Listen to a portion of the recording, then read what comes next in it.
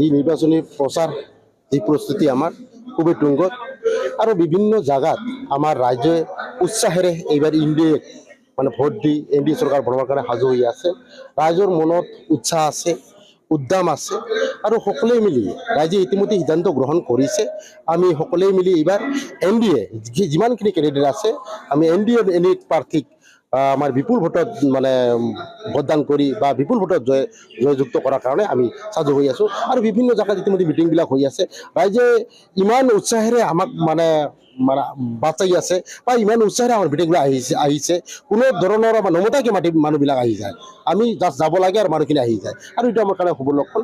আমি সকলোৱে মিলি এইবাৰ আমাৰ BTCৰ যিখিনি 15টা সিট আমি 15টা সিট মানে জয়যুক্ত কৰাই পিনে আমি এইবাৰ দিছপুৰত উপহাৰ হিচাপে আমি আমাৰ মানে আমাৰ মুখ্যমন্ত্ৰী ডাঙৰীয়া উপহাৰ হিচাপে দিম আৰু এইবাৰ এনডিএ চৰকাৰ গঠন কৰিব কাৰণে সিদ্ধান্ত গ্ৰহণ কৰিছোঁ।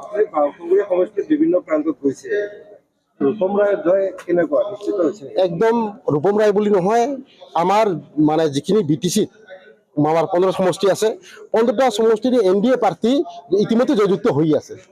এইটো একদম 110% চিয়ৰ আমি এইবাৰ 15টা সিটে ওলাই লৈ যাব পাৰিম।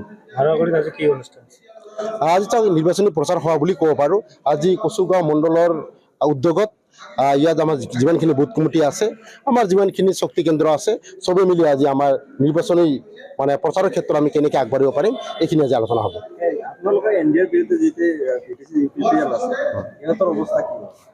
চাওক, এইবিলাক আৰু আমি বেলেগ দলৰ অৱস্থা আমি চাব নাযাওঁ। সিহঁতে দলীয় সিহঁতৰ কাম সিহঁতে কেনেকৈ কৰে, কিন্তু ৰাইজে এইবাৰ সম্পূৰ্ণ আস্থা বিশ্বাস ৰাখি এনডিএক আনিবৰ কাৰণে প্ৰস্তুত হৈ আছে। আৰু বাকী দলৰ কথাটো নাহেই ইয়াত কোনো বিৰোধী শক্তি নাই। এতিয়া অকল এনডিএৰে জয় হৈ আছে।